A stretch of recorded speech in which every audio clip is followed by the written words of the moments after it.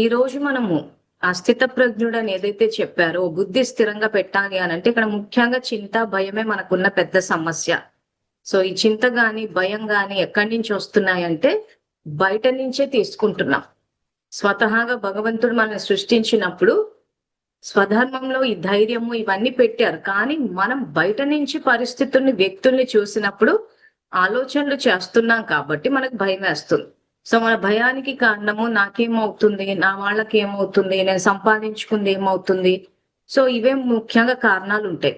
So వీటిని ఎలా అధిగమించాలని చెప్పి ఇంతవరకు జరిగిన క్లాసెస్ లో ఉదాహరణల ద్వారా చెప్పాను. సో ఈ రోజు ఈ విషయానికి సంబంధించి 2వ అధ్యాయంలో ఎక్కడైతే శ్లోకాలు ఉన్నాయో ఆ శ్లోకాలు కూడా చూపిస్తున్నాము. సో ఎప్పుడైతే ఆత్మజ్ఞానం అన్నది మనకు తెలుస్తుందో, దాన్ని అర్థం చేసుకుని ఆచరిస్తామో అప్పుడు భయం అన్నది పోతుంది. అందుకే అంటారు భగవద్గీత చదివితే భయం పోతుంది.